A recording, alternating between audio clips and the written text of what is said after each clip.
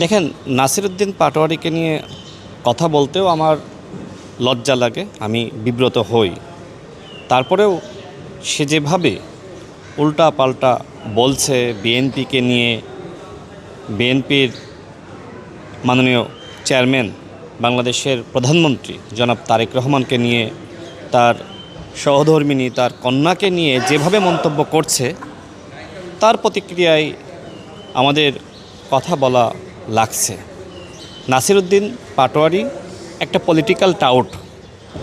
সে যে সময় শিবিরের রাজনীতি ঢাকা বিশ্ববিদ্যালয় ক্যাম্পাসে করেছে, একই সাথে বাম রাজনীতি করেছে। কত বড় পলিটিক্যাল টাউট হলে এই কাজ করা যায়। এই যে আমরা বলি না যে শিবির গুপ্ত রাজনীতি করে, এই নাসিরউদ্দিন পাটোয়ারি তো তার প্রমাণ যে সে শিবির করত এবং পাশাপাশি সে বাম রাজনীতি করত, ছাত্র ফেডারেশন করত। দেখেন, পরবর্তীতে তাকে কিন্তু এই ছাত্র ফেডারেশন থেকে বাদ দেওয়া হয়েছে। এই কারণটা যে সে হলো পলিটিক্যাল টাউট। একই সাথে শিবির, একই সাথে বাম, এইটা কোনো রাজনৈতিক আদর্শ হতে পারে না। দেখেন তার উত্থানটা কিভাবে, গণঅভ্যুত্থানের পরে সে গালিগালাজ করে মূলত তার উত্থান হয়েছে।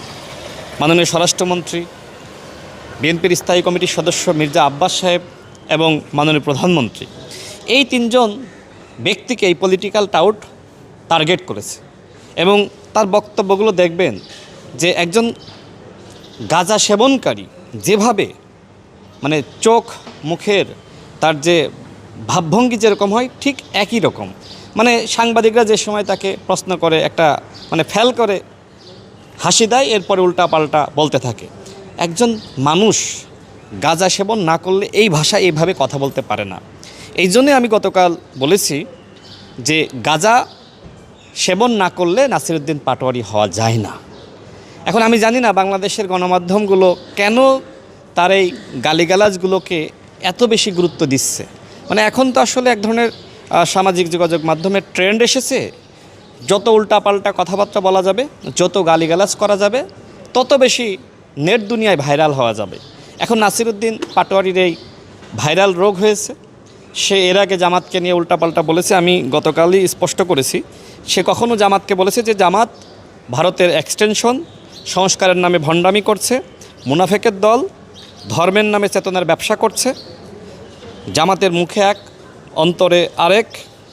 জামাত রাষ্ট্র ক্ষমতায় যাওয়ার প্রশ্নই আসে না।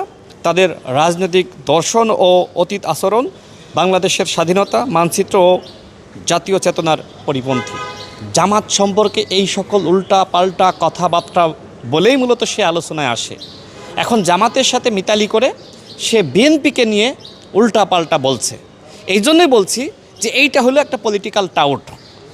আমরা দেখেছি যে অনেকের টাউট বাটপার আছে না, তো রাজনৈতিকভাবে যদি কেউ টাউট বাটপার হয়ে থাকে, বিশেষ করে যারা সংস্কারের কথা বলছে, যারা রাজনৈতিক পরিবর্তনের কথা বলছে, এই কথা বলে আবার পলিটিক্যাল টাউটগিরি করছে নাসিরউদ্দিন পাটোয়ারি। এর জন্য আমি এর প্রতিবাদ জানিয়েছি যে আপনি সংস্কারের কথা বলছেন, ভালো কথা। আপনি দেশ পরিবর্তনের কথা বলছেন, ভালো কথা। আপনার আন্দোলন সংগ্রামে ভূমিকা আছে, ভালো কথা। আপনি ভালো পলিটিক্স করেন। যেখানে আমাদের মাননীয় প্রধানমন্ত্রী তিনি ইতিবাচক রাজনীতি করছেন, তিনি দেখেন তিনি অপোজিশনের কাছে গিয়েছেন শপথ নেওয়ার আগে। এর থেকে বড় পরিবর্তন আর আপনি কি দেখছেন? এই যে ঢাকা বিশ্ববিদ্যালয়ে তিনি আসলেন, ঢাকা বিশ্ববিদ্যালয়ে আসার পরে আপনি দেখেন যে কোনো হল থেকে জোরপূর্বক কোনো শিক্ষার্থীকে আনা হয়েছে? আনা কিন্তু হয়নি। মানে শিক্ষার্থীরা তাকে দেখার জন্য স্বতঃস্ফূর্তভাবে এসেছে। এবং আমি দেখলাম যে ঢাকা বিশ্ববিদ্যালয়ের সাথে যে স্কুল রয়েছে, সেই স্কুলের মানে কমলমতি শিক্ষার্থীরা তারা উপরে দাঁড়িয়ে তারেক রহমান তারেক রহমান বলে চিল্লাচ্ছে। তো পরিবর্তনের রাজনীতি বাংলাদেশে বিএনপি করছে, পরিবর্তনের রাজনীতি বাংলাদেশে ছাত্রদল করছে। সেই ছাত্রদল এবং বিএনপিকে নিয়ে এই পলিটিক্যাল টাউট এবং ওই যে গুপ্ত রাজনীতির কথা বলা হয় না, সেই মানে ছাত্র শিবিরের রাজনীতি করা অবস্থায় আবার একই সাথে বাম রাজনীতি করা এই গুপ্ত নাসিরউদ্দিন পাটোয়ারি আজকে জামাতের সাথে সুর মিলিয়ে বিএনপি সরকারের পতনের জন্য প্রতিদিন হুমকি দিচ্ছে। এবং আমাদের স্বরাষ্ট্রমন্ত্রীকে নিয়ে সে বাজে মন্তব্য করেছে, সে নাকি গাঁজার ব্যবসা করে। আরে ভাই, তুই তো নিজেই গাঁজা খাস, তাই না? আমি বলেছি যে ওর ডোপ টেস্ট করা হোক। আমি এখনও পর্যন্ত যে কথাগুলো বলেছি সেই কথাগুলোর কোনো চ্যালেঞ্জ ওরা করতে পারবে না। ওর শরীরে নিকোটিনে ভরা। আপনি ডোপ টেস্ট করেন, আমার চ্যালেঞ্জ গ্রহণ করেন, এবং ওদের যারা অন্যান্য নেতৃবৃন্দ আছে আপনি জিজ্ঞেস করে দেখতে পারেন যে কিভাবে ও প্রতিদিন ওর শরীরের মধ্যে নিকোটিন পুশ করছে। একজন পলিটিক্যাল টাউট আর গাঁজাখোর না হলে এই ধরনের কথাবার্তা বলা যায় না। আমার কাছে মনে হয় না যে ওরা আসলে নতুন প্রজন্মের রাজনীতি করছে, বরং নতুন প্রজন্মকে বিভ্রান্ত করছে, তাদেরকে গালিগালাজ শেখানো এবং বোঝাচ্ছে যে মানুষের কাছে পরিচিত হতে হলে গালিগালাজের মাধ্যমেই পরিচিত হতে হবে এবং মাঝে মধ্যে অভিনয় করতে হবে। আপনি ওর কাছে জিজ্ঞেস করুন তো যে ও 5 ওয়াক্ত নামাজ পড়ে কিনা। আমি ওর দলের অন্য নেতৃবৃন্দের কাছে জানার চেষ্টা করেছি ও কি 5 ওয়াক্ত নামাজ পড়ে, কিন্তু দেখবেন যে একটা অনুষ্ঠানে গিয়ে টুপি মাথায় ইসলামের কথা, ও কতটুকু ইসলাম ধারণ করে, ইসলামের নামে ভণ্ডামি করছে।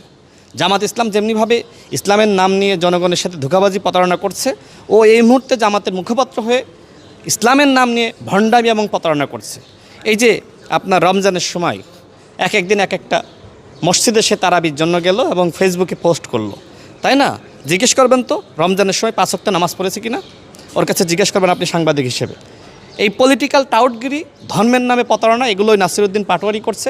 এদেরকে রাজনীতি থেকে বয়কট করা উচিত। এরা তরুণ প্রজন্মের, এরা প্রতারক, এরা মানুষকে বিভ্রান্ত করছে। এই বিভ্রান্তের প্রতিবাদ আমাদেরকে করতে হবে এবং রাজনীতির নামে এই বাটপাড়ি বন্ধ করতে হবে।